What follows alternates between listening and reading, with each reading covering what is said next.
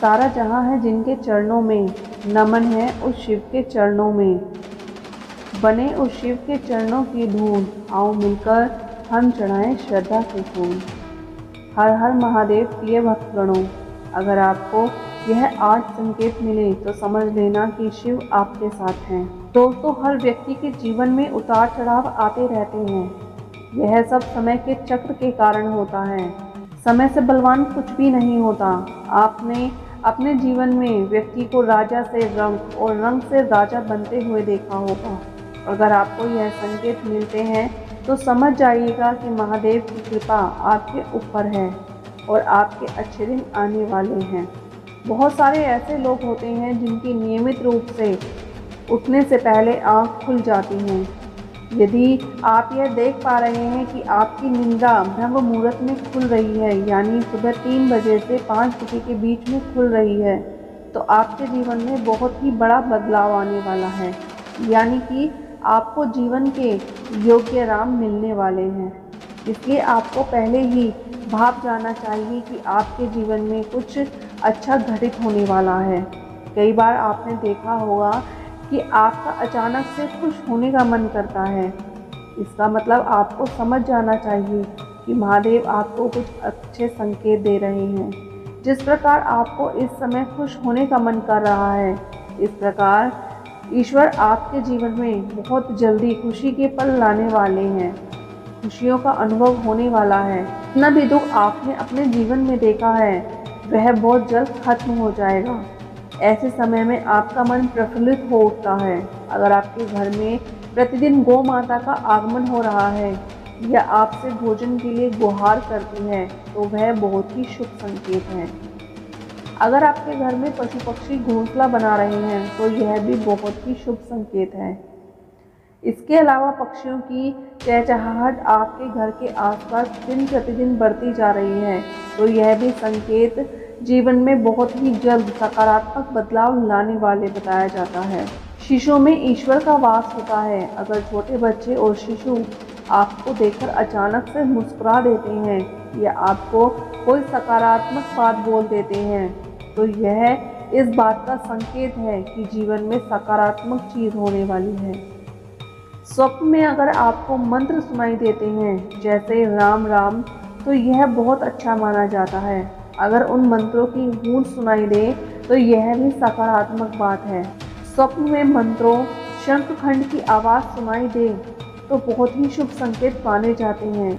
कई बार आपने देखा होगा कि आप जवान हुए हो और अचानक आपको कर्ज मुक्ति का मार्ग मिल जाता है, तो यह ईश्वर का ही सकारात्मक संकेत है। या पैसे के लेन देन में आपके पक्ष कोई फैसला आता है तो इसका मतलब यह है कि जीवन के लिए शुभ संकेत है।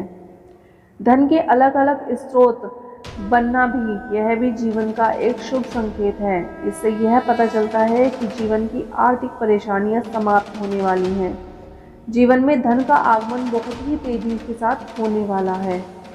पुरुषों में दाईं आंख फड़कना बहुत ही शुभ माना जाता है, चाहे वह दाईं आंख हो या दायां हाथ हो। इससे यह संकेत प्राप्त होता है कि आपके बल में वृद्धि होने वाली है। इसी के विपरीत महिलाओं में बायां अंग फड़कना बहुत अच्छा संकेत है, यानी महिलाओं में बायां अंग का फड़कना अच्छा संकेत माना जाता है और पुरुषों में दाएं अंग का फड़कना शुभ संकेत माना जाता है। मंदिर से जाते हैं या मंदिर से आते वक्त आपको लाल वस्त्र में श्रृंगार करती हुई कोई स्त्री दिखाई दे तो समझ जाइएगा प्रकृति आपकी मनोकामना के पूरे होने के संकेत दे रही है। यह एक अच्छा संकेत होता है, मगर उस स्त्री से किसी भी तरह का टोका टाकी ना करें। अगर इस तरह का संकेत आप देखते हैं तो इसे केवल अपने मन में ही रखिए और आगे बढ़ जाइए। रास्ते में चलते वक्त अगर आपको सांप की जोड़ी दिखती है तो इसे भी बहुत शुभ संकेत माना जाता है। इसका मतलब है कि आने वाले समय में आपकी मनोकामना पूर्ण होने वाली है। आमतौर पर सांप की जोड़ी देखना बहुत ही संयोग की बात होती है। हर कोई रास्ते पर सांप की जोड़ी को नहीं देख पाता। अगर आपने ऐसा देखा है तो प्रकृति आपको भगवान के रूप में संकेत दे रही है कि आपके जीवन में जो सबसे बड़ी मनोकामना थी वह पूरी होने वाली है। सुबह किसी काम से घर से निकलते ही सफ़ेद गाय के दर्शन होना बहुत ही शुभ माना जाता है। सफ़ेद गाय का सुबह सुबह दर्शन आपकी मनोकामना ही सफलता की ओर संकेत देता है। अगर आप ब्रह्म मुहूर्त को मंदिर में कोई प्रार्थना करते हैं तो इसे भी बहुत शुभ माना जाता है। अगर आप सुबह सुबह 4 से 5 बजे के बीच मंदिर में अपनी मनोकामना को याद करते हैं तो आपकी मनोकामना जल्द पूर्ण होती है। भगवान के अनुसार अचानक घर में सफ़ेद बिल्ली का आना बहुत ही शुभ माना जाता है। अगर आप घर में अपना कोई कार्य कर रहे हैं और अचानक आपके घर में सफ़ेद बिल्ली आ जाए और आपकी नज़र पड़ते ही वह चली जाए तो शास्त्र के अनुसार इसे बहुत ही शुभ माना जाता है। आने वाले समय में आपकी मनोकामना पूर्ण होने वाली है। यह इस बात का संकेत है। अगर आप अपनी मनोकामना के अनुसार कार्य करते आ रहे हैं उस वक्त आपको बंदरों का झुंड दिख जाए तो इसे बहुत शुभ माना जाता है। अपनी मनोकामना की क्रिया करते वक्त बंदरों का झुंड भगवान का आशीर्वाद होता है जो आपकी मनोकामना को तुरंत पूरा करता है। सुबह सुबह काला कुत्ता अगर आप पर भौंके और वह बहुत ही शुभ माना जाता है। हिंदू धर्म के शास्त्रों के मुताबिक काला कुत्ता का सुबह सुबह आप पर भौंकना आपकी मनोकामना के पूर्ण होने की ओर संकेत करता है। ऐसी परिस्थिति में आपको घर जाकर भगवान शिव की पूजा करनी चाहिए और उस काले कुत्ते को रोटी भी ज़रूर खिलानी चाहिए। सपने में दौड़ते हुए घोड़े को देखना आपकी मनोकामना को पूर्ण करने की ओर संकेत करता है। ग्रंथों के अनुसार सफ़ेद घोड़े कामयाबी की निशानी होते हैं। अगर आप सपने में घोड़े के झुंड को देखते हैं या फिर दौड़ते हुए साथ होने को देखते हैं तो यह भी बहुत ही शुभ माना जाता है। व्यापार व्यवसाय नौकरी के क्षेत्र में आपकी तरक्की होने वाली है, इसलिए प्रकृति ने आपको यह संकेत दिया है। महादेव कहते हैं सुखी और सफल होना है तो इन बातों को हमेशा ध्यान में रखें क्योंकि बिना कर्म के भगवान नहीं मिलते। अगर आप सोच रहे हो कि बिना कठिन परिश्रम किए काम सफल हो जाए तो यह आपकी भूल है। दुनिया में कोई भी आज तक बिना मेहनत किए सफल नहीं हुआ और ना ही हो सकता है। सफलता पानी है तो आपको दिल लगाकर काम करना चाहिए। और यदि बात की जाए कि भगवान हमें दुख क्यों देते हैं तो इसके पीछे बहुत सारे कारण होते हैं जिसकी वजह से भगवान हमें दुख देते हैं। तो आज हम आपको उन कष्टों के बारे में भी बताएंगे जो आप गलती करते हैं जिसकी वजह से भगवान आपको दुख देते हैं। यदि आप दूसरों के साथ बुरा व्यवहार करते हैं तो इस प्रकार भगवान भी आपको दंड के रूप में दुख देते हैं क्योंकि भगवान यह कभी नहीं चाहेंगे कि आप दूसरों के साथ बुरा व्यवहार करें। उन्होंने हमेशा ही हम लोगों को एक दूसरे के साथ प्यार करना सिखाया है, पर आजकल की दुनिया में लोग अपने स्वार्थ की वजह से दूसरों के साथ बुरा व्यवहार करते हैं या फिर यदि वह दूसरों को हानि पहुंचाना चाहते हैं तो वह इस वजह से भी उनके साथ बुरा व्यवहार करते हैं, जबकि हमें ऐसा नहीं करना चाहिए क्योंकि यदि आप ऐसा करते हैं तो भगवान आपको भी दुख देता है। वैसा भी गीता में लिखा हुआ है, हमें कभी भी दूसरों के साथ बुरा व्यवहार नहीं करना चाहिए बल्कि सबको एक समान समझना चाहिए और सभी से प्यार करना चाहिए क्योंकि जब हम किसी से प्यार करेंगे तभी आपको कोई प्यार करेगा। आज की दुनिया में औरतों पर अत्याचार बढ़ता ही जा रहा है। लोग आजकल औरतों पर बहुत ज़्यादा अत्याचार करते हैं, साथ ही उनके साथ अपराध के मामले दिन प्रतिदिन बढ़ते जा रहे हैं।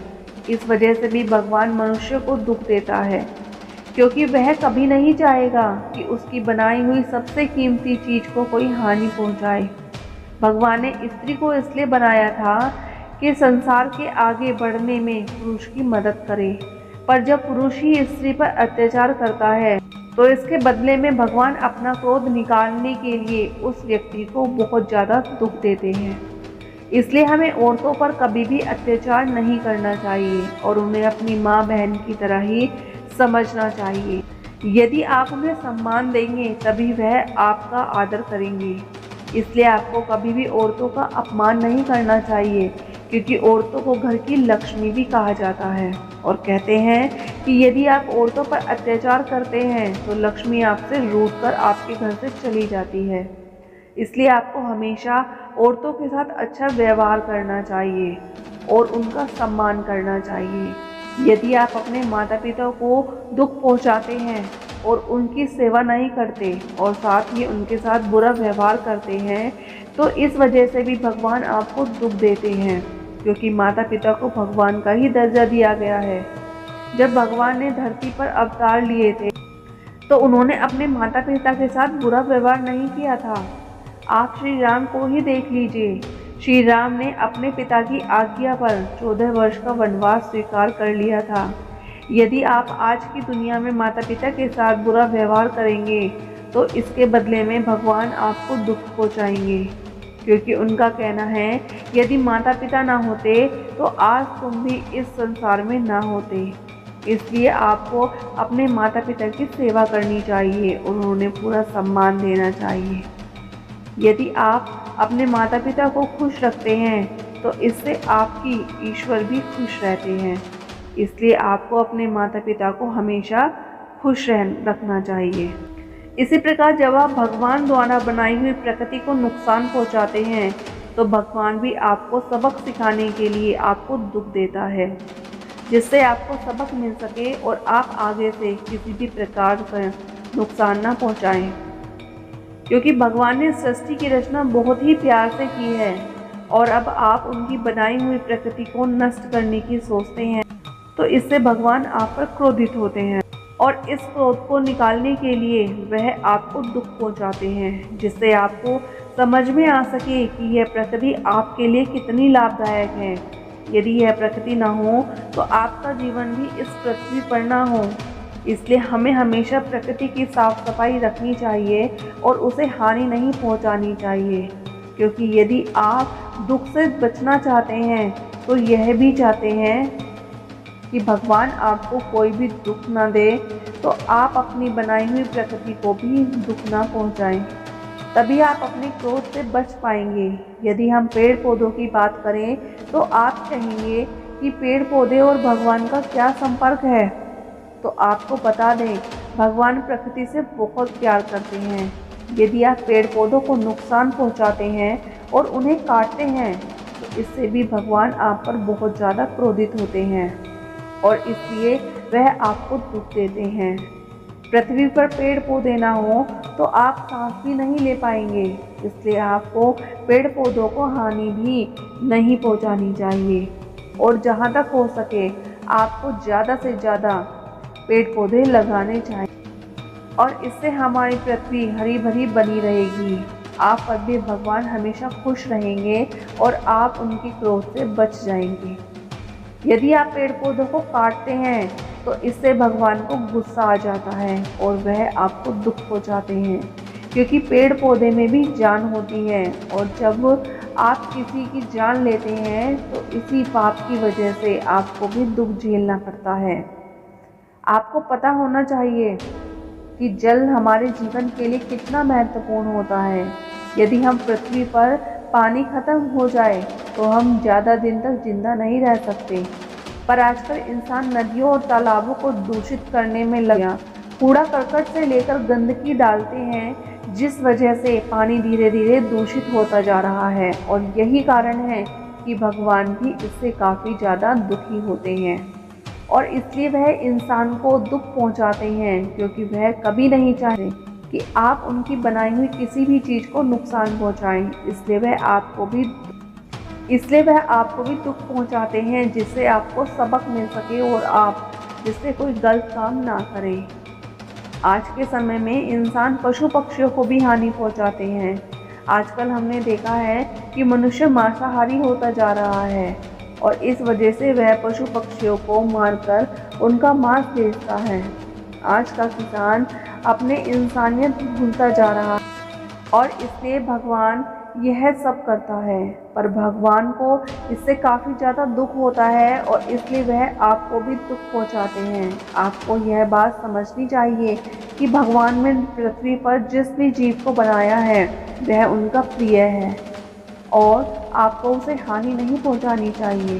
पर इंसान अपने स्वार्थ में यह भूल जाता है और वह पशु पक्षियों को बड़ी ही बुरी तरीके से मारता है, जिस वजह से उसे भी दुख झेलना पड़ता है। अगर हम बात करें, यदि आपके द्वारा बनाई गई चीज़ को कोई व्यक्ति हानि पहुंचाते हैं तो आपको कैसा लगता है? आपको बहुत ही बुरा लगता है और आप उस व्यक्ति को सबक सिखाना चाहेंगे जिसने आपकी बनाई हुई चीज़ को नुकसान पहुंचाया है। आज के समय में बहुत सारे लोग ऐसे हो गए हैं जो भगवान में आस्था नहीं रखते। यही कह लीजिए कि अब दुनिया में बहुत से लोग नास्तिक भी हैं जो भगवान को मानते नहीं। इस वजह से भी भगवान उन लोगों को दुख पहुंचाते हैं, क्योंकि वह नास्तिक होने के साथ दूसरों को भी दुख देते हैं, साथ ही अपने घमंड में रहते हैं। उनका मानना है कि उनके पास इस दुनिया में और कोई नहीं है और वह इस वजह से वह हमेशा दुखी रहते हैं, क्योंकि जो भगवान को नहीं मानता भगवान भी उसकी मदद नहीं करते और वह हमेशा गरीबों और भुखमरी से जूझता रहता है। साथ ही उन लोगों को भी दुखों का सामना करना पड़ता है।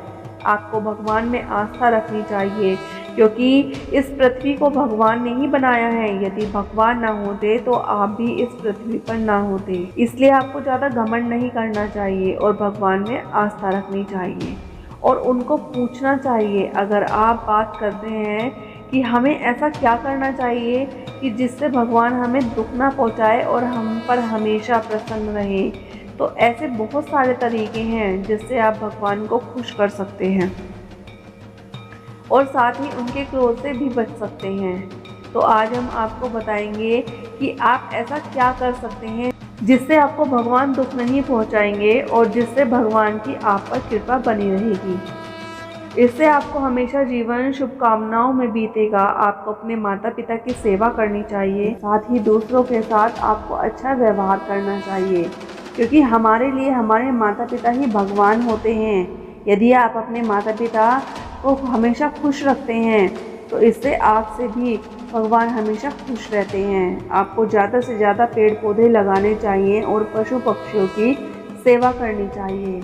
इससे आप पर हमेशा भगवान की कृपा बनी रहती है और यदि आप ज़्यादा से ज़्यादा पेड़ पौधे लगाते हैं तो यह आपके शरीर के लिए भी लाभदायक होते हैं, क्योंकि इससे हमें शुद्ध वायु मिलती रहती है।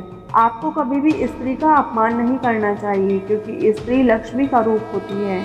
इसलिए आपको अपनी माँ, अपनी बहन, अपनी पत्नी का सम्मान करना चाहिए, जिससे आप पर हमेशा लक्ष्मी माँ की कृपा बनी रहती है और आप पर भगवान की भी कृपा रहती है।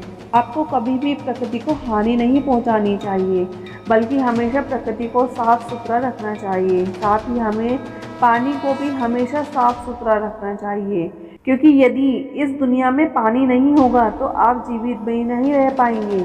इसलिए आपको अपने को भी अच्छे तरीके से साफ रखना चाहिए। अगर आप चाहते हैं कि भगवान आपको कभी भी दुख ना पहुंचाए और आप हमेशा मेहरबान बने रहें, तो आपको हमेशा दूसरों की मदद करनी चाहिए और गरीबों को दान पुण्य देना चाहिए, जिससे आप पर हमेशा भगवान की कृपा बनी रहती है और जिससे आप पर भगवान हमेशा मेहरबान रहते हैं। आपको हमेशा सभी से अच्छा व्यवहार करना चाहिए और कभी भी अपने अंदर घमंड नहीं लाना चाहिए, क्योंकि घमंडी इंसान भगवान को भी पसंद नहीं होता। आपको हमेशा सबके साथ नरमी से आना चाहिए और सदैव दूसरों के बारे में अच्छा सोचना चाहिए। इससे आप पर सदैव भगवान की कृपा बनी रहेगी और हमेशा महादेव की पूजा करनी चाहिए। साथ ही आपको महादेव में आस्था रखनी चाहिए, क्योंकि यदि आप महादेव में आस्था रखते हैं तो इससे महादेव की कृपा आप पर हमेशा बनी रहती है और ना ही आपके साथ कुछ बुरा होने देते हैं। तो दोस्तों, इस वीडियो में इतना ही। आपको मेरी वीडियो अच्छी लगी हो तो लाइक कीजिएगा, शेयर कीजिएगा और मेरे चैनल को सब्सक्राइब कीजिएगा। और इस वीडियो में अगर कोई त्रुटि हुई हो तो माफ़ कीजिएगा। अगर आपको मेरी वीडियो पसंद आई हो तो कमेंट में ओम नमः शिवाय ज़रूर लिखिएगा। धन्यवाद।